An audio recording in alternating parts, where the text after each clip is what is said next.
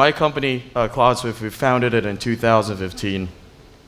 And we have one core vision. We want to change the way how organizations develop modern technology skills, and that's what everyone knows that we need in terms of having the best of the best workforce that we have in the industry. So we are making more progress now per year than in the last 25 years. So that's just a perfect indication that in order for us to realize all of the requirements and all of the needs that we have in upskilling and reskilling the talent, fast-paced changing environments in what we do, how we do work, how we respond to conversations, and how we actually process all the requirements and how we process all our work. Let me tell you a story, very, very quick one, a use case in terms of how all these data science and artificial intelligence, a lot of great stories that I've heard from the past speakers, like ING Bank just launched their Analytics Academy, which is another great indication that upskilling is really happening. It's very timely. As well as great startups being mentioned by Honorable Cesar Purisima. So Bianca is the head of legal. Kim here is actually an HR business partner. And Daniel is a production project manager. So today, these three guys are stuck in delivery mode, blame inefficient processes, transactional responsibilities, and admin tasks. So because of all that, the realization points into that we are the hype of cycle. So according to Gartner, all of these new technologies, the meaning of the hype cycle is that, for example, the visibility for artificial intelligence, the technology trigger across this graph, across virtual assistants and then deep learning and then machine learning. So as you can see here, 2 to 5 years of plateau had reached would be the deep learning. So that means between the 2 to 5 years of implementing or starting to get to know or learning that kind of technology or being aware of that technology is between 2 to 5 years. And then 5 to 10 years until plateau reached are actually more advanced technologies such as augmented reality, virtual reality. Blockchain is already happening across the fintech.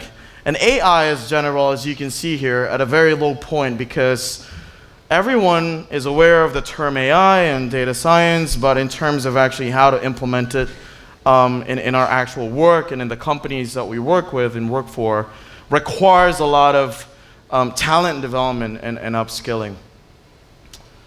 So just an example you say, so in hiring someone or getting someone on board in your companies, getting someone through the door, how will be hiring in the future? So here, assuming like a large vision of like, we want to hire someone at a push of a button.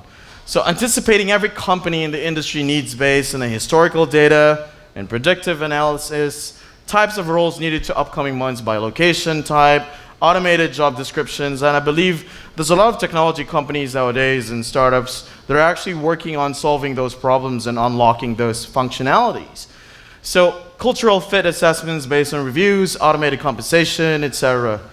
So here's an example, Kim, which is the HR business partner, adjusted and confirmed by her. The hiring models could be suggested by the artificial intelligence engine. So there's a feedback loop, it's a technical term.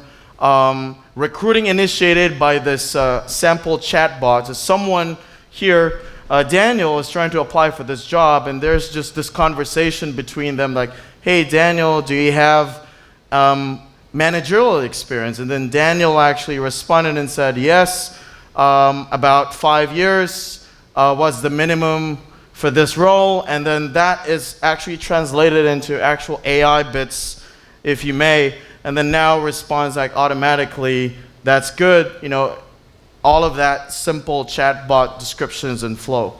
So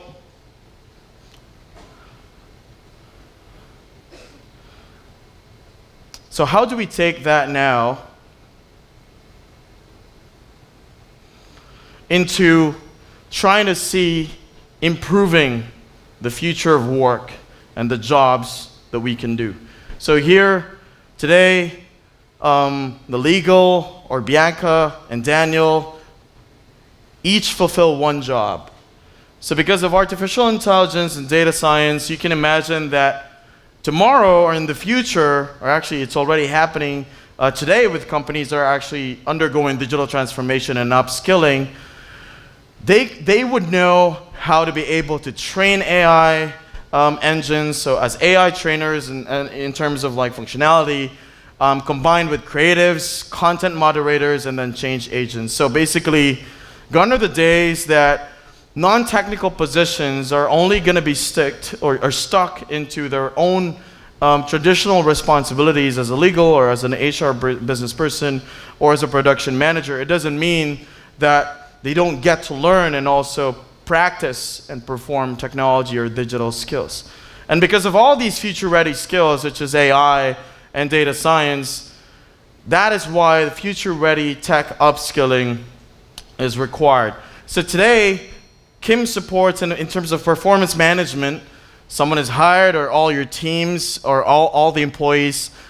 This HR business partner, Kim, supports and advises personal and career development. Now tomorrow, the project manager, Daniel, fully owns his personal development with the support of an AI coach, for example. So the chatbot career advisors to support personal development, that's going to be for long term, along with this kind of situation with AI being applied in that flow or process. And now then, the human intervention, Kim, which is the HR business partner, can only support or will support in critical situations. So in that sense, it doesn't really mean that because of all these future-ready skills, or like AI and data science and all these highfalutin modern technology terms, it doesn't mean that it actually kills the job. It actually, it's actually just a realization and an inspiration, and should be an inspiration for everyone, that the jobs can get improved, can get easier in such a way that everyone, both technology and non-technology professionals across the world or across the industry, should just upskill and take their skills to the next level because of all these technology changes happening. These are interesting numbers. Closing technology skills gap, 47 of today's jobs will be redefined in just 20 years. So just basically showing you the numbers are in match or aligning with a future-ready skill requirement of the industry of today. And 65% of students today will do jobs that don't yet exist. So our students, or the employees of today, not just in the Philippines but across Asia Pacific, need to be comfortable with the information and IT technologies that are inextricably linked to the 21st century skills the workplace requires. And we believe that learning and development leaders, educators, and trainers need to pave the way.